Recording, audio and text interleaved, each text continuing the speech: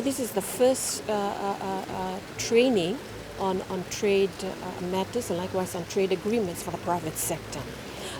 There's no such formal training that was put in place, and in our survey of all our members across the Pacific in terms of consultation, and particularly on trade issues, we found that in terms of their consultation and the contribution of the private sector was in some regard lacking to those consultations. So this is one area to strengthen private sector contribution to consultation and likewise their input to the trade agreements. We are providing this workshop to equip the private sector to be more knowledgeable so that they will be able to advocate for their position better during those trade consultations. We're basically looking at all the agreements that are currently in place within the region and looking at the opportunities and they're just looking and getting updated on the progress of those trade agreements. As you can see, some of the trade agreements, like the PICTA, it has been in discussion for quite a number of years, and not all the countries have rectified that. And the feedback that we're getting from the private sector is that there's frustration on their side, is when they have the opportunity to trade across the region, they are not able to do so because some of the tariffs are still in place. So this sort of can make the trade a bit expensive from their side. So they're really hoping and pushing that all the countries can rectify that quickly. Even though there's some that have rectified, even though there's trade that is happening, but some of the countries still have not done that.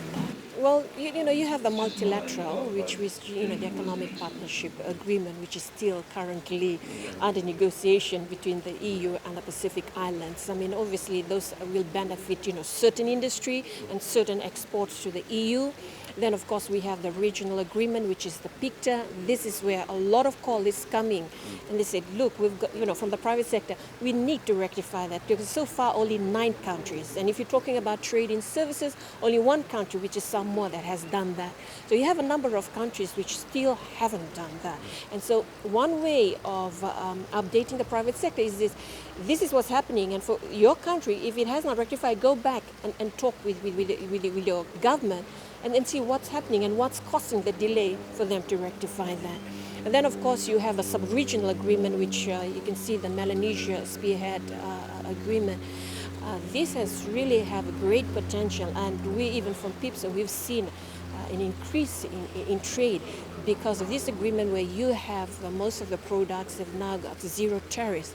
Now this has allowed for increase in the movement of goods between the Melanesian countries in that regard. And of course, individual countries, they would have their bilateral agreements. So as long as, the private sector know the agreements and the opportunities are there in place and they know what, is entailing that agreement, it's an opportunity for them. We have been, been involved in 2 non-state actors dialogue. We have really, strengthened our call that there should be more dialogue and consultation, particularly for the private sector, on PACER Plus. Now, there's a lot of studies that have been done. There's a lot of fallacies also that is, spread around.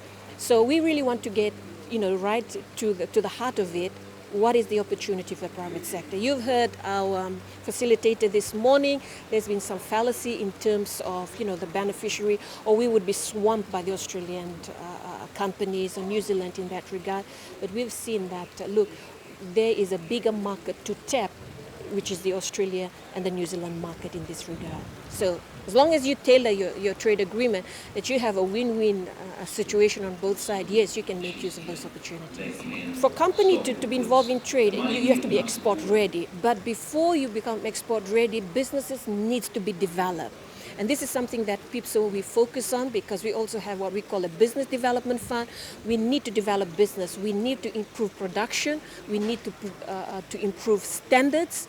You need to comply with the standards that are required for those markets that allows your product to be exported in those countries in what you would call market access. So you have to work on that in order for the companies to be export ready. So there is sort of a sequence in place, to do that. So yes, there are a number of big companies that they are already trading, but at the same time, majority of the private sector in the Pacific are small to medium enterprises, and we need to work on developing that and for them to reach a stage where they would be export ready. There is a launch of Trade Pacifica. Now, in order to encourage trade within the region and likewise trade with our overseas markets, PIPSO are holding this trade exhibition, but it's more than exhibition. It's about business matchmaking. It's about understanding the trade opportunities that we have in here. So the first Trade Pacifica was held in 2012. We had, we consider that quite a successful because there was a number of trade deals were struck during that. And so for this one, and it's going to be an exciting one because we really expanded it and we're going to open it up.